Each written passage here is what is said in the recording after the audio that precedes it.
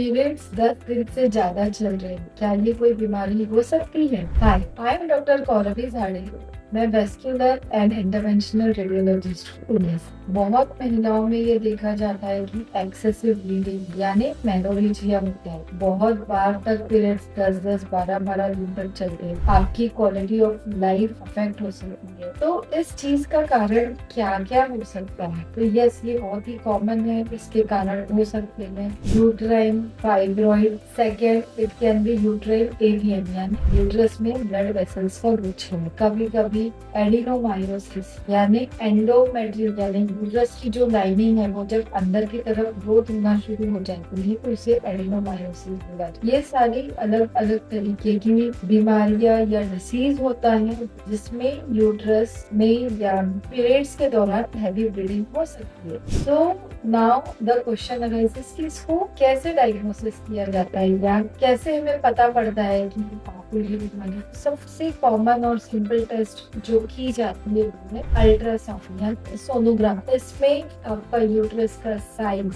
उसमें क्या तकलीफ है, अगर फाइब्रॉइड है तो वो पता पड़ता है, एवीएम है तो वो पता पड़ता है या एडिनोमायोसिस भी पता पड़ता है। तो ये बहुत ही सिंपल टेस्ट होती है जिसमें यूट्रस की जांच की जाती है और उसमें उसका कारण ढूंढा जाता है। अगर इसको और एडवांस में इवैल्यूएशन करने की जरूरत पड़ी तो बहुत बार हम लोग एमआरआई करवाते हैं, तो जिससे और डिटेल में समझ में आता है कि और कुछ प्रॉब्लम नहीं है या सिर्फ यही प्रॉब्लम है जो सोनोग्राफी में दिख रहा है। तो इसे बहुत बार हम फाइब्रॉइड मैपिंग या ऐसा कुछ बोलते हैं। सो ये हो गया कि कारण बहुत सारे हो सकते हैं। वो कारण का डायग्नोसिस सोनोग्राफी या एमआरआई में हो सकता है, पर क्या हर मेनोरेजिया या जिसमें हैवी ब्लीडिंग है उसको यूट्रस निकालने की जरूरत है? तो इसका आंसर है नहीं।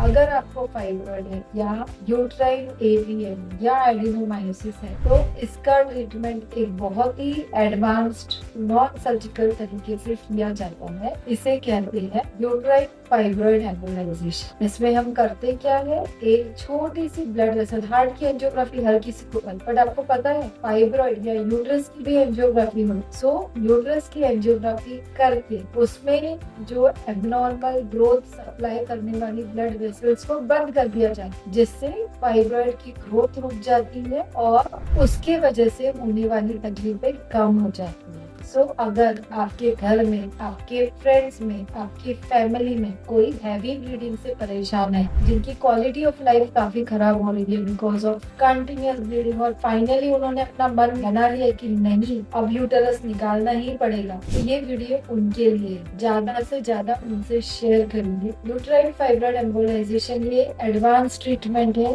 जिसमें फाइब्रॉइड को सर्जिकली न निकालते इंटरनली बिना कट किए, बिना टाका लगाए फाइब्रॉइड एडिनोमायोसिस एवीएम ये सारी बीमारियों को ट्रीट किया जाता है। आजकल रोबोटिक्स का जमाना है, हर कोई रोबोटिक्स के बारे में बात करता है, बट फाइब्रॉइड एम्बोलाइजेशन ये उससे भी एडवांस ट्रीटमेंट है जिसमें एक छोटी सी नीडल द्वारा आपके यूट्रस की सर्जरी की जाती है और कहीं पर भी टाका नहीं होता है, बेड रेस्ट की जरूरत नहीं होती है। आपको जो इतने सालों से जो हैवी मेंसेस या 10-10 दिन पीरियड्स जाने का जो तकलीफ होता है वो immediately control. So uterine fibroid embolisation is the treatment and is the future. इस टॉपिक को ज्यादा से ज्यादा शेयर करिए और अवेयरनेस बढ़ाइए। Thank you.